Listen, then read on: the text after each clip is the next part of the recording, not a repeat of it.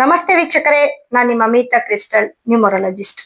ನೋಡಿ, ಅಕ್ಟೋಬರ್ ತಿಂಗಳ ಮಾಸ ಭವಿಷ್ಯವನ್ನ ಹೇಳ್ತಾ ಹೋಗ್ತಾ ಇದ್ದೇನೆ. ಜೊತೆಗೆ ಗುರುವಿನ ಒಂದು ಬದಲಾವಣೆ, ಗುರುವಿನ ಸಂಚಾರದಿಂದ ಯಾವೆಲ್ಲ ಬದಲಾವಣೆ, ಯಾವ ರಾಶಿಯವರಿಗೆ ಶುಭ ಮತ್ತು ಅಶುಭ ಫಲಗಳಿದೆ ಅಂತ ನೋಡ್ತಾ ಹೋಗೋಣ. ತುಲಾರಾಶಿ ಅಂತ ಬಂದಾಗ ನೋಡಿ, ತುಲಾರಾಶಿಯವರಿಗೆ ಯಾವ ಅಶುಭ ಫಲ, ಯಾವ ಶುಭ ಫಲಗಳಿದೆ, ಹೇಗೆ ಅವರು ಇದನ್ನ ಮಾಡ್ಕೊಳ್ಬೇಕು, ಅಂದ್ರೆ ಯಾವ ರೀತಿ ಅದನ್ನ ಅಕ್ಸೆಪ್ಟ್ ಮಾಡ್ಕೊಳ್ಬೇಕು, ಏನ್ ಪರಿಹಾರ ಮಾಡ್ಕೊಳ್ಬೇಕು, ಹಾಗೆ ಯೋಗ ಬರೋದಕ್ಕೆ ಏನ್ ಮಾಡ್ಕೊಳ್ಬೇಕು ಅನ್ನೋದನ್ನ ಹೇಳ್ತಾ ಹೋಗ್ತೇನೆ. ಮೊದಲಿಗೆ ನೋಡಿ, ರಾಶಿಯಾಧಿಪತಿ ಶುಕ್ರ 12ನೇ ಮನೆಗೆ ಹೋಗಿರ್ತಾನೆ. ರಾಶಿಯಾಧಿಪತಿ ಶುಕ್ರ 12ನೇ ಮನೆಗೆ ಹೋದ್ರು ಎಲ್ಲೋ ಒಂದ್ ಕಡೆ ಹಣಕಾಸು ಚೆನ್ನಾಗ್ ಬರ್ತಾ ಇರುತ್ತೆ, ದುಡ್ಡಿನ ಸಂಪಾದನೆ ಕೂಡ ತುಂಬಾ ಚೆನ್ನಾಗಿರುತ್ತೆ. ಯಾಕಂದ್ರೆ 11ರ ಸೂರ್ಯ ರಾಶಿಗೆ ಬಂದಿರೋದ್ರಿಂದ ಕೋರ್ಟ್ ಕೇಸು, ಗೌರ್ಮೆಂಟ್ ಜಾಬ್, ಸರ್ಕಾರಿ ಉದ್ಯೋಗ, ಸರ್ಕಾರದ ನಾಯಕರು, ಅಧಿಕಾರಿಗಳು, ಇವ್ರಿಗೆಲ್ಲರಿಗೂ ಕೂಡ ತುಂಬಾ ಯೋಗ ಅಂತ ಹೇಳ್ಬೋದು ತುಲಾರಾಶಿಯವರಿಗೆ. ಹಾಗಾಗಿ ತುಲಾರಾಶಿಯವರಲ್ಲಿ ಏನೆಲ್ಲ ಸಮಸ್ಯೆ ನಡೀತಾ ಇದೆ, ಕೋರ್ಟ್ ಸಮಸ್ಯೆಯಿಂದ ಹೊರಗಡೆ ಬರ್ತೀರಿ, ನಿಮ್ಮ ಮಕ್ಕಳ ಸಮಸ್ಯೆಯಿಂದ ಹೊರಗಡೆ ಬರ್ತೀರಿ. ಅದೇ ರೀತಿ ನಿಮ್ಮ ಕೆಲಸ ಕಾರ್ಯ ಅಂತ ಬಂದಾಗ ಕೆಲಸದಲ್ಲಿ ಇಂಪ್ರೂವ್ಮೆಂಟ್ ಬಡ್ತಿ. ಯಾಕಂದ್ರೆ ಸೂರ್ಯ ನಿಮ್ಮ ಮನೇಲೆ ಬಂದು ಕೂತಿದ್ದಾನೆ. ಸೂರ್ಯ ಬಂದು ನಿಮ್ಮ ಮನೇಲೆ ಕೂತ್ಕೊಂಡಾಗ ನಿಮ್ಮ ಒಂದು ಸರ್ಕಾರದ ಟೋಟಲ್ ಗೌರ್ಮೆಂಟ್ ಇಶ್ಯೂಸ್ ಏನೇನಿರುತ್ತೆ ಅವೆಲ್ಲವೂ ಕೂಡ ನಿಮ್ಗೆ ತುಂಬಾ ಈಸಿಯಾಗಿ ನಿಮ್ಗೆ ಪರಿಹಾರ ಆಗ್ತಾ ಹೋಗ್ತದೆ. ಯಾವ ಒಂದು ಕೆಲಸವೂ ಕಷ್ಟ ಅಂತ ಆಗಲ್ಲ. ಅಧಿಕಾರಿಗಳ ಒಂದು ಮೀಟಿಂಗ್ ಕೂಡ ನೀವು ಯಾರ ಹತ್ರ, ದೊಡ್ಡವ್ರ ಹತ್ರ ಮಾತಾಡ್ಬೇಕು, ಯಾರೋ ಅಧಿಕಾರಿಗಳ ಹತ್ರ ಮಾತಾಡ್ಬೇಕು, ಇಲ್ಲ ಅವ್ರ ಕಡೆಯಿಂದ ಏನೋ ಒಂದು ಕೆಲಸ ಆಗ್ಬೇಕು, ಖಂಡಿತವಾಗ್ಲೂ ತುಲಾರಾಶಿಯವರಿಗೆ ಈ ಅಕ್ಟೋಬರ್ ತಿಂಗಳಲ್ಲಿ ನಿಮ್ಮ ಒಂದು ಸರ್ಕಾರದ ಕೆಲಸ ಎಲ್ಲವೂ ಕೂಡ ಜಯ. ಎಲ್ಲಾ ಕೆಲಸನೂ ನಿಮ್ದೆ, ಸರ್ಕಾರನೇ ನಿಮ್ದಾಗಿರುತ್ತೆ. ಆ ಒಂದು ರೇಂಜ್ ಅಲ್ಲಿ ಇರ್ತೀರಾ ತುಲಾರಾಶಿಯವರು. ಜೊತೆಗೆ ನೋಡಿ, 10ನೇ ಮನೆ ಗುರು ಕೂಡ ತುಂಬಾ ಅದೃಷ್ಟ. ಕೆಲಸದಲ್ಲಿ ತುಂಬಾ ಚೆನ್ನಾಗಿರ್ತೀರಾ. ಕೆಲಸದ ಏಳಿಗೆ ಆಗಿರ್ಬೋದು, ಪ್ರಮೋಷನ್ ಆಗಿರ್ಬೋದು, ಗೌರ್ಮೆಂಟ್ ಜಾಬ್ ಆಗಿರ್ಬೋದು. ಎಲ್ಲರೂ ಗೌರ್ಮೆಂಟ್ ಜಾಬ್, ಇವಾಗ ಯಾರು ಗೌರ್ಮೆಂಟ್ ಜಾಬ್ ಬೇಡ ಅಂತ ಅಂತಾರೆ. ಯಾಕಂದ್ರೆ ನಿಮ್ಮ ಬಿಸ್ನೆಸ್ ಆಗಿರ್ಬೋದು, ಅಥವಾ ನೀವು ಯಾವ್ದೋ ಒಂದು IT-BT ಕಂಪ್ನಿಯಲ್ಲಿ ಕೆಲಸ ಮಾಡ್ತಿರೋದಾಗಿರ್ಬೋದು, ನಿಮ್ಮೆಲ್ಲರಿಗೂ ಕೂಡ ತುಂಬಾ ನಿಮ್ಗೇನು ನಿಮ್ ಪ್ರಮೋಷನ್, ನಿಮ್ ಇನ್ಕ್ರಿಮೆಂಟ್, ನೀವೆಲ್ಲೋ ಹೊರ ದೇಶಕ್ಕೆ ಹೋಗಿ ಕೆಲಸ ಮಾಡ್ಕೊಂಡ್ ಬರೋದು ಪ್ರಮೋಷನ್ಗೋಸ್ಕರ, ಅಥವಾ ಅಲ್ಲೋಗಿ ಲಾವಿಶ್ ಆಗಿ ಕೆಲಸ ಮಾಡಿ ಒಂದು ಇದಕ್ಕೆ ಟೀಮ್ಗೆ ಲೀಡರ್ ಆಗೋದು, ಇದೆಲ್ಲ ಕೂಡ ನಿಮ್ಗೆ ತುಲಾರಾಶಿಯವರಿಗೆ ಆಗ್ತಾ ಹೋಗ್ತದೆ. ಜೊತೆಗೆ ಅದು ಗುರುವಿನ ಬದಲಾವಣೆಯಿಂದ ಅಂತ ಹೇಳ್ಬೋದು. ನಿಮ್ಮ ಒಂದು ಏಳಿಗೆಯಲ್ಲಿ ಬದಲಾವಣೆ ಕೂಡ ಆಗ್ತದೆ. ಗುರುವಿನ ಬದಲಾವಣೆಯಿಂದ ನಿಮ್ಮ ಒಂದು ಕೆಲಸ ಕಾರ್ಯದಲ್ಲಿ ಕೂಡ ಅತಿ ಹೆಚ್ಚು ಬದಲಾವಣೆಯನ್ನ ನೋಡ್ತಾ ಹೋಗ್ತೀರಿ. ಹಾಗೆ ತುಲಾರಾಶಿಯವರಿಗೆ ಅಕ್ಟೋಬರ್ ತಿಂಗಳು ತುಂಬಾ ಒಂದು ರಾಜಯೋಗದ ತಿಂಗಳು ಅಂತ ಹೇಳ್ಬೋದು.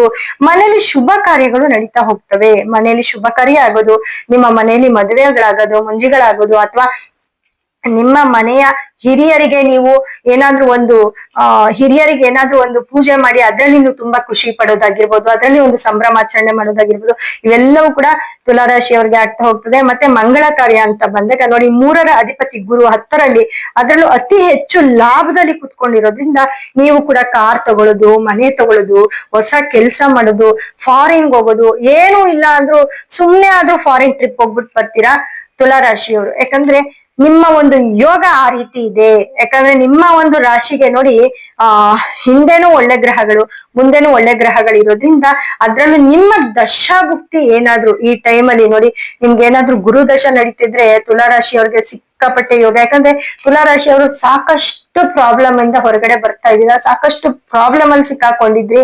ತುಂಬಾ ಬರೋ ಪ್ರಾಬ್ಲಮ್ ಎಲ್ಲ ತುಲಾರಾಶಿಯವ್ರ ಮೇಲೆ ಬಂದ್ ಬೀಳ್ತಾ ಇತ್ತು. ಹಾಗಾಗಿ ಈ ಒಂದು ಪ್ರಾಬ್ಲಮ್ ಇಂದ ಕೂಡ ನೀವು ಹೊರಗಡೆ ಬರ್ತೀರಾ.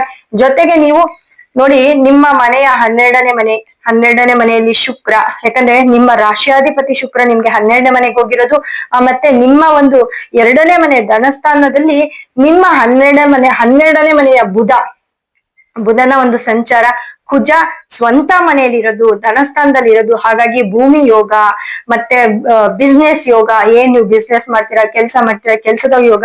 ಅದ್ರಲ್ಲೂ ತುಂಬಾ ತುಲಾರಾಶಿಯವ್ರು ಹೇಗೆ ಅಂತಂದ್ರೆ ತುಂಬಾ ಬುದ್ಧಿವಂತರು ಕೂಡ ಆಗ್ತೀರಾ.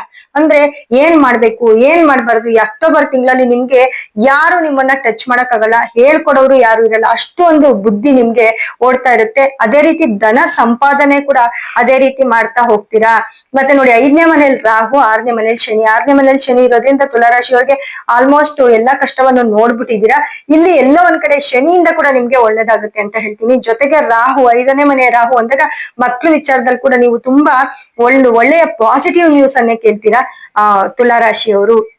ಮತ್ತೆ ನೋಡಿ 7ರ ಅಧಿಪತಿ ಕುಜ 2ನೇ ಮನೆಗೆ ಬಂದಿರೋದ್ರಿಂದ ಅದ್ರಲ್ಲೂ ಅಷ್ಟೇ ಅಬ್ಬಬ್ಬಾ ದುಡ್ಡು, ಅಬ್ಬಬ್ಬಾ ಜಾಗ, ನೀವ್ ಮಾಡ್ತಿರೋ ಎಲ್ಲ ನಿಮ್ದೇ ತುಲಾರಾಶಿಯವ್ರದ್ದು.